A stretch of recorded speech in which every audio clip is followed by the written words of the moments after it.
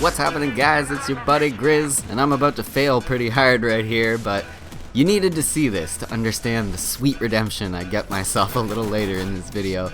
Anyway, welcome to another installment of Kit Up. If you're not already familiar, this is my weekly Battlefield series where you guys get to pick the setup you want me to run with, and then I'll give you my humble opinions on it.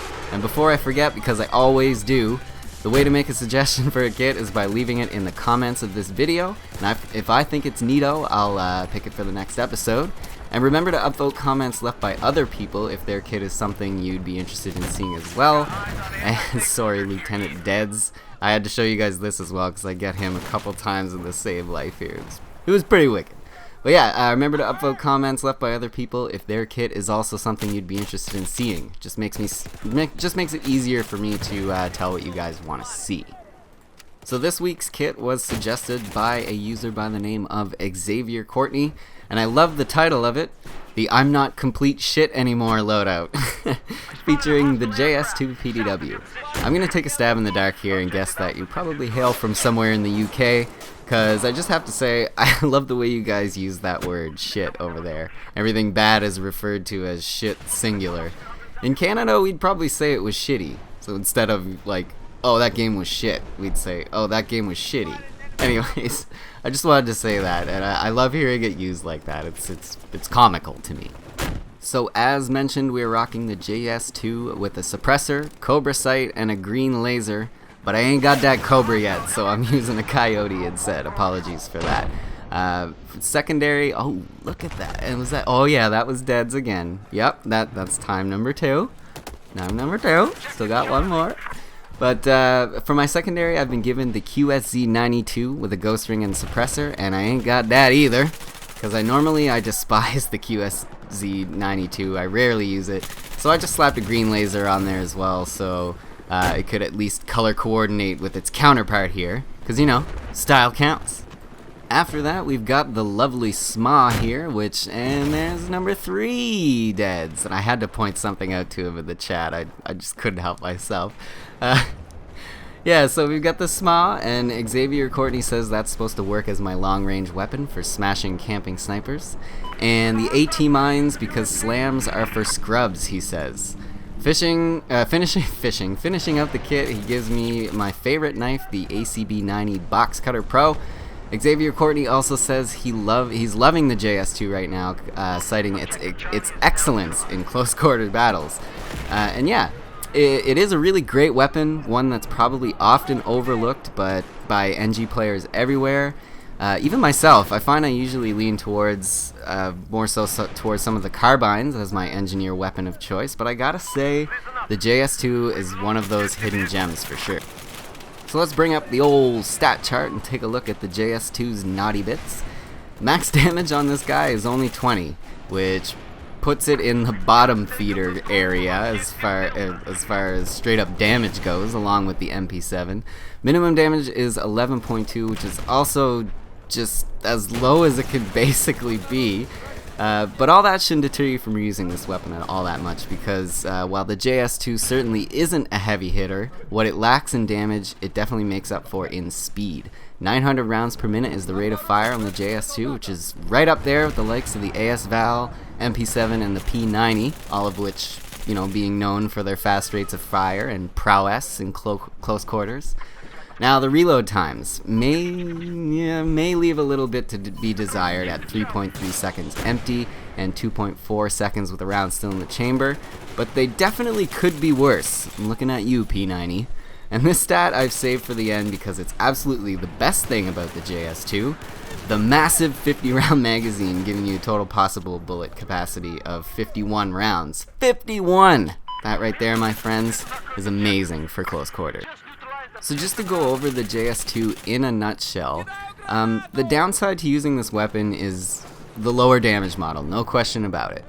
But that's pretty much its only hindrance. I mean, I guess you could say that the reload times aren't the best, and that's true, but at the same time, they're also not the worst by far. 3.15 seconds for the long reload may seem like a long time, but you could definitely do worse in this category. Again, looking at you, P90. But don't worry, guy, even though it doesn't have the best reload times, you're pretty much covered thanks to the JS2's 51 total round capacity. Having this many rounds in the mag negates the need for those frequent reloads, and also opens up the possibility for you being able to handle multiple enemies at once, like all by your lonesome. And that is tremendously important in close quarters situations.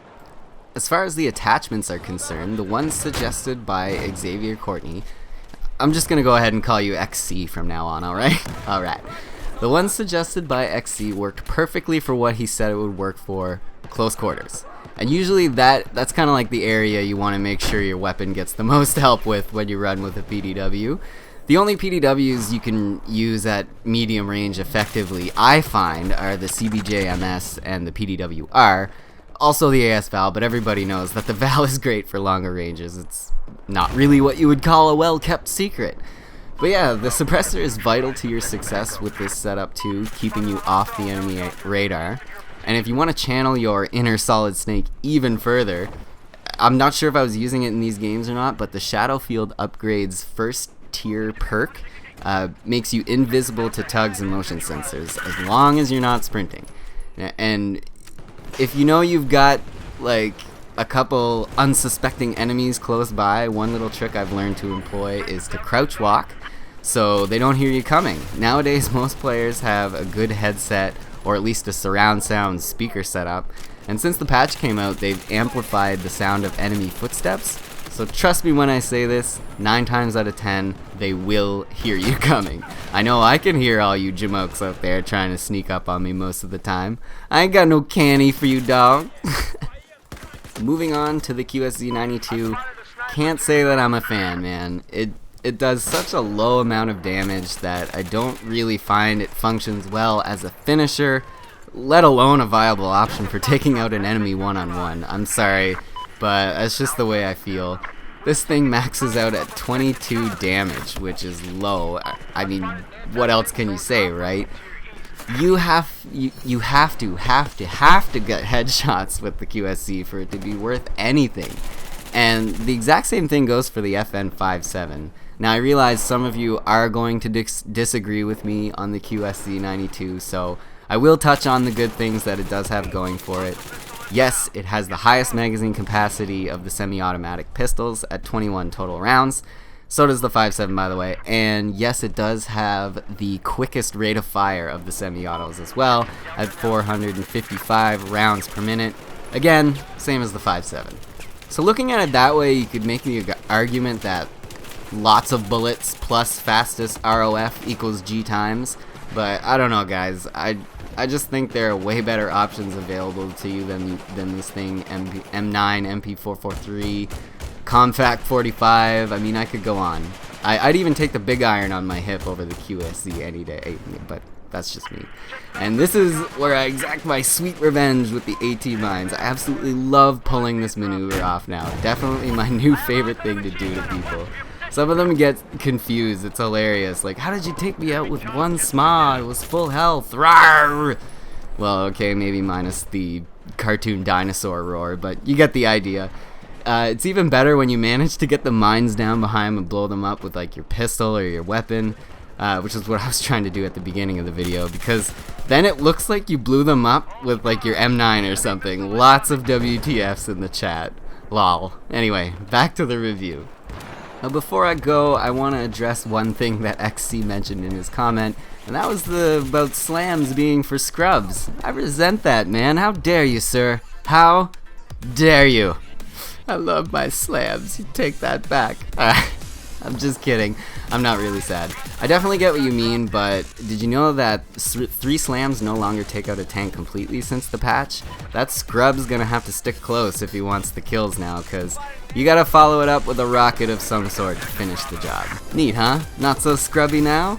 I think they're great because vehicle drivers, if they know anything at all, are gonna be spamming Q as they advance, and are most likely going to be able to spot your scrubbily placed slams in the middle of a well-traveled path. I mean, come on, guy, really?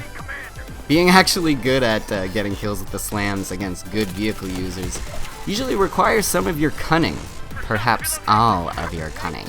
placing them on walls of buildings that vehicles tend to drive by a lot, for example. Anyway, it's been giving me much more success at actually taking out full health vehicles all by myself.